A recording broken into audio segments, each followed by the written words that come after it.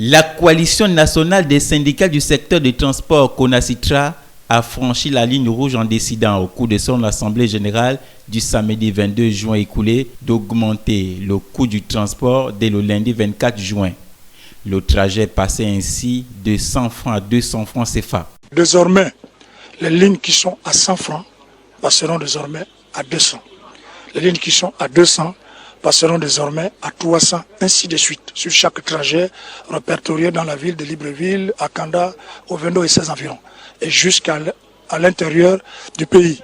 Ayant été informé de la situation, le syndicat Ligue des transporteurs terrestres du Gabon, SILTEC, dirigé par Robert Meunier de son côté, et le ministère des Transports ont réagi à cette énième augmentation qui fragilise encore plus le pouvoir d'achat des ménages gabonais. C'est l'État et le gouvernement qui augmentent les charges, le carburant, le racket et autres.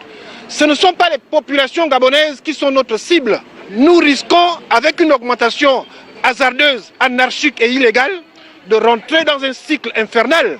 Parce que la prime de transport, elle est fixée à la fonction publique. Qui va procéder à cette hausse? Or, nous, notre coalition lutte contre la vie chère et ce n'est pas par nous que passera une augmentation des coûts de transport. Nous avons refusé cette proposition-là. On a appris que les autres ils ont fait 300, 400, 400, 500. Mais nous avons dit que nous ne sommes pas pour ça. Si c'est le cas, on attend la déclaration du ministre le soir. Si ce n'est pas le cas, nous on fait toujours comme on a d'habitude de faire. Dans son communiqué, le ministère qui qualifie la CONACYTRA de coalition de transporteurs ne cache pas son agacement face à cette situation explosive.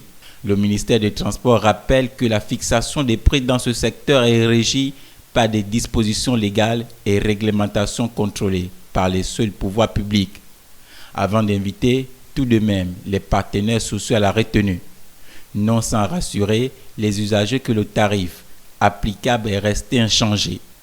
Malgré ce communiqué, certains clandomanes véreux d'Okala-Carrière exerçant sur l'axe Mikolongo-Dispensaire sont restés figés.